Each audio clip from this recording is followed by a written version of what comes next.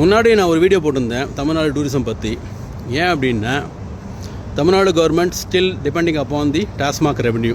Of course it is one of the largest income for the Tamil Nadu government. ஆனால் அது வந்து replace பண்ண ஒரே வழி இமீடியட்டாக தமிழ்நாடு டூரிசமுக்கு இருக்குது. நம்மக்கிட்ட என்ன இல்லை? ஹிஸ்டாரிக்கல் மொனுமெண்ட்ஸ் இல்லையா, கல்ச்சர் இல்லையா, பீச் இல்லையா, ஹில் ஸ்டேஷன் இல்லையா, டெம்பிள்ஸ் இல்லையா, எல்லாமே இருக்குது. ஓகே, அதனால் வந்து ப்ராப்பராக நம்ம வந்து இந்த இதெல்லாம் வந்து கொஞ்சம் இம்பார்ட்டன்ஸ் கொடுத்து நல்லா டெவலப் பண்ணால் கம்ப்ளீட்டாக அந்த டூரிசம் டிபார்ட்மெண்ட்டே மாறி ஒரு புது எனர்ஜெட்டிக்கு டெவலப்மெண்ட் கிடைக்கும். ஓகே, ஸோ அதனால் ரெவன்யூ வந்து நல்லாவும் வரும். ஒரு டூரிஸ்ட் வந்தால் உங்களுக்கு தெரியும், எல்லாருக்குமே இன்கம்.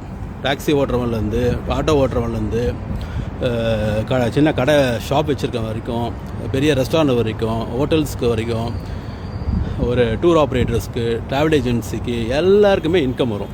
ஓகே, அது எல்லாமே end of the day it will go to the government. Okay, அது சொல்ல வேண்டிய அவசியம் இல்லை.